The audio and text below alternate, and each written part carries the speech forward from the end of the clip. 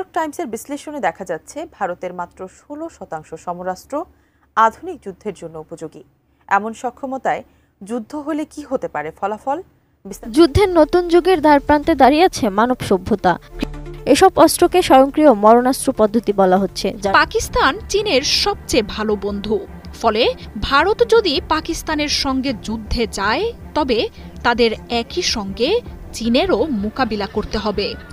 এবার রোবটিকভাবে হামলা চালাবে ভারত পাকিস্তানের যুদ্ধকে কেন্দ্র করে এবার নতুন কিছু সামনে আসতে যাচ্ছে, যা ইতিহাসকে বদলে দিবে। এমন অস্ত্র তারা জোগাড় করেছে, পাল্টাপাল্টি তাক করে রেখেছে, যে কোনো মুহূর্তে হামলার প্রস্তুতি দিতে পারে। বিস্তারিত আপনাদেরকে দেখাবো কি পরিস্থিতি সৃষ্টি হয়েছে। না টেনে শেষ পর্যন্ত দেখলে অনেক তথ্য পেয়ে যাবেন, তাই ভিডিওটি শেষ পর্যন্ত দেখার অনুরোধ করছি। নিউ ইয়র্ক টাইমসের বিশ্লেষণে দেখা যাচ্ছে ভারতের মাত্র 16% সমরাস্ত্র আধুনিক যুদ্ধের জন্য উপযোগী। এমন সক্ষমতায় যুদ্ধ হলে কি হতে পারে ফলাফল? বিস্তারিত জানাচ্ছেন ইমতিয়াজ আলম।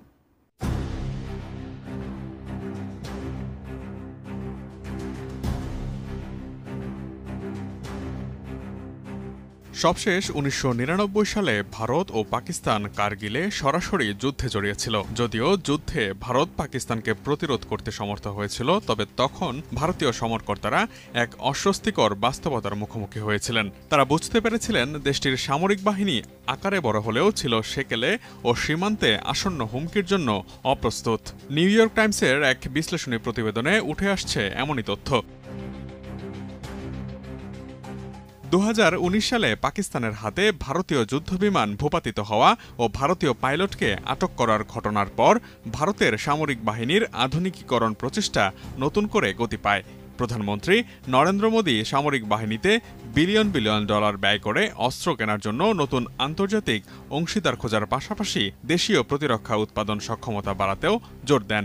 এই প্রচেষ্টা কতটা ফলপ্রসূ হয়েছে তার প্রমাণ হয়তো সামনে কোনো যুদ্ধে দেশ দুটি মুখোমুখি হলে বোঝা যাবে।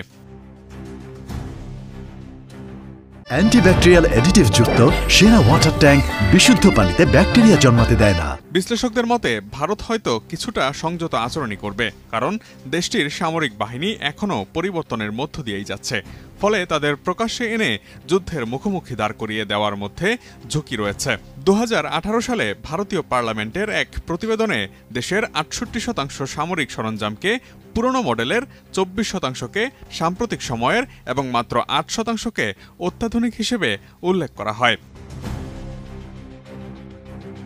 5 বছর পর এসে হালনাগাদ করা নতুন তথ্যে সামরিক কর্মকর্তারা স্বীকার করেছেন যে তাদের চ্যালেঞ্জের বিপরীতে যথেষ্ট পরিবর্তন আসেনি। 2023 সালের পার্লামেন্টারি তথ্য অনুসারে ভারতীয় সেনাবাহিনীতে অত্যাধুনিক সরঞ্জামের পরিমাণ প্রায় দ্বিগুণ, অর্থাৎ 16% হলেও আধুনিক সেনাবাহিনীর জন্য যা প্রয়োজন তার চেয়ে এখনও তা অনেক কম। অর্ধেকের বেশি সরঞ্জাম এখনও পুরনোই রয়ে গেছে। এদিকে যে কোনো ভারতীয় হামলার পাল্টা জবাব দেওয়ার অঙ্গীকার করেছে পাকিস্তান সরকার। পাকিস্তানের উপর হামলার জন্য ভারতের জনমত হয়তো মোদীকে চাপ দিতে পারে, তবে ভারতের গণতান্ত্রিক ব্যবস্থা পরিস্থিতির নিয়ন্ত্রণ হারানোর বিষয়টিও তাকে মনে করিয়ে দেবে। অন্যদিকে পাকিস্তানে সামরিক বাহিনী দীর্ঘদিন ধরে দেশটির নেপথ্যে থেকে রাশ টেনে ধরেছে। ফলে পাকিস্তানের মতো দেশে সেনা নেতৃত্বের হাত খোলা। সংঘাত বাড়লে তারা অভ্যন্তরীণভাবে আরও বেশি সুবিধা পেতে পারে। ভারত আত্মবিশ্বাসী যে তারা সহজেই পাকিস্তানের সামরিক বাহিনীকে রুখে দিতে পারে। যদি এই দাবি পরীক্ষা করতে সম্মুখ সমরে যায় ভারত, তবে দেশটির আরেক বৈরী প্রতিবেশী চীন ঘনিষ্ঠভাবেই তা পর্যবেক্ষণ করবে। নিউ ইয়র্ক টাইমসের প্রতিবেদন বলছে, আকাশযুদ্ধে ভারত বেশ ভালো অবস্থান তৈরি করেছে। রাশিয়া থেকে কেনা 5টি S-400 ক্ষেপণাস্ত্র প্রতিরক্ষা ব্যবস্থা, ফ্রান্স থেকে কেনা 36টি রাফাল যুদ্ধ বিমানের সবগুলোই ভারতীয় বিমান বাহিনীর অংশ হয়েছে। তবে দিল্লির প্রতিরক্ষা বিশ্লেষক অজয় শুক্লা বলছেন, বিমান বাহিনীর সক্ষমতা বেড়েছে, তবে উদ্বেগের বিষয় হলো যখন যুদ্ধের ময়দানে সমরাস্ত্রগুলো ব্যবহারের সময় আসে তখন দেখা যায় যে সেগুলো ব্যবহারের জন্য প্রস্তুত নয়।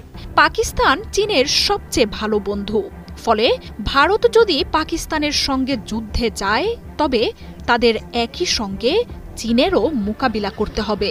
এরই মধ্যে পাক JF-17 যুদ্ধ বিমানের জন্য চীন পাঠাতে শুরু করেছে মহাশক্তিশালী দূরপাল্লার ক্ষেপণাস্ত্র।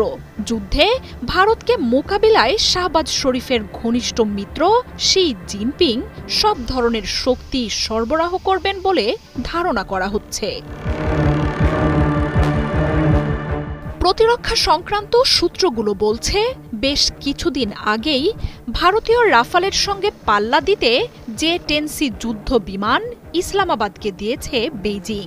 যুদ্ধের উত্তেজনার মধ্যে এবার পাকিস্তানের জন্য PL-15 ক্ষেপণাস্ত্র পাঠাতে শুরু করেছেন শি জিনপিং।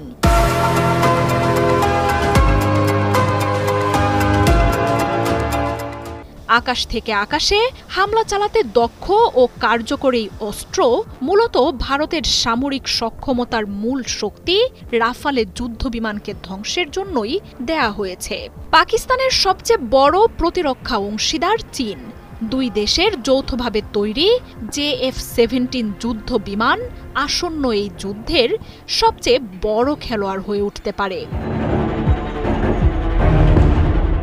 যুদ্ধ শুরু হলে পাকিস্তানের সামরিক বাহিনীকে দেয়া K-8 কারাকোরাম এয়ারক্রাফট, আল খালিদ ট্যাঙ্ক বহর সহ দেশটির জন্য বিশেষভাবে বানানো আরও চীনা অস্ত্র সরবরাহ পাবেন শাহবাজ শরীফ। ভারতের আক্রমণ ঠেকাতে শি জিনপিংয়ের দেশটি আকাশ প্রতিরক্ষা ব্যবস্থাও সরবরাহ করবে বলে তথ্য উঠে আসছে। চীন থেকে নিজেদের বেশিরভাগ নিরাপত্তা সরঞ্জাম কেনার পাশাপাশি সাম্প্রতিক সময়ে দেশটির অপ্রতিরোধ্য পিপলস লিবারেশন আর্মির সাথে বেশ কিছু মহড়াও করেছে পাকিস্তানি বাহিনী। ভারতের সাথে সংঘাত পরিস্থিতিকে মাথায় রেখে চালানো সেসব মহড়া পাকিস্তানি সেনাদের এগিয়ে রাখবে বলেই ধারণা করা হচ্ছে। কূটনৈতিক ও সামরিকভাবে বিশ্ব পরাশক্তি চীন ভারত পাকিস্তান যুদ্ধের মোড় ঘুরিয়ে দিতে পারে। তাছাড়া প্রিয় দর্শক, ইতিমধ্যে অবগত আছেন ভারত পাকিস্তান যে যুদ্ধ অবস্থা সৃষ্টি হয়েছে সেটি রীতিমতো তুলপাড় করে দিয়েছে। আন্তর্জাতিক মহলে একের পর এক রাষ্ট্র যুক্ত হচ্ছে ভারত এবং পাকিস্তানের দিকে যে রাষ্ট্রগুলো ঝুঁকেছে তাদের মধ্য থেকে অনেক রাষ্ট্রগুলা রীতিমতো জান প্রাণ দিয়ে পাকিস্তানের জন্যই তারা লড়বে এবং পাকিস্তানের জন্যই তারা শেষ পর্যন্ত থাকবে। ইতিমধ্যে তার এক নম্বর হলো চীন এবং তার পাশাপাশি বাংলাদেশও চীনের সাথে তাল মিলিয়ে পাকিস্তানের পক্ষ নেবে। কি হবে নরেন্দ্র মোদীর, এবং নরেন্দ্র মোদী যে চাল একের পর এক ভুল করছেন, এই যুদ্ধ পরিস্থিতি সৃষ্টি করা আরেকটি ভুল ধার হতে পারে। আজকের মতো বিদায় নিচ্ছি, দেখা হবে পরবর্তী ভিডিওতে। ভালো থাকুন, সুস্থ থাকুন। আসসালামু আলাইকুম রহমতুল্লাহ।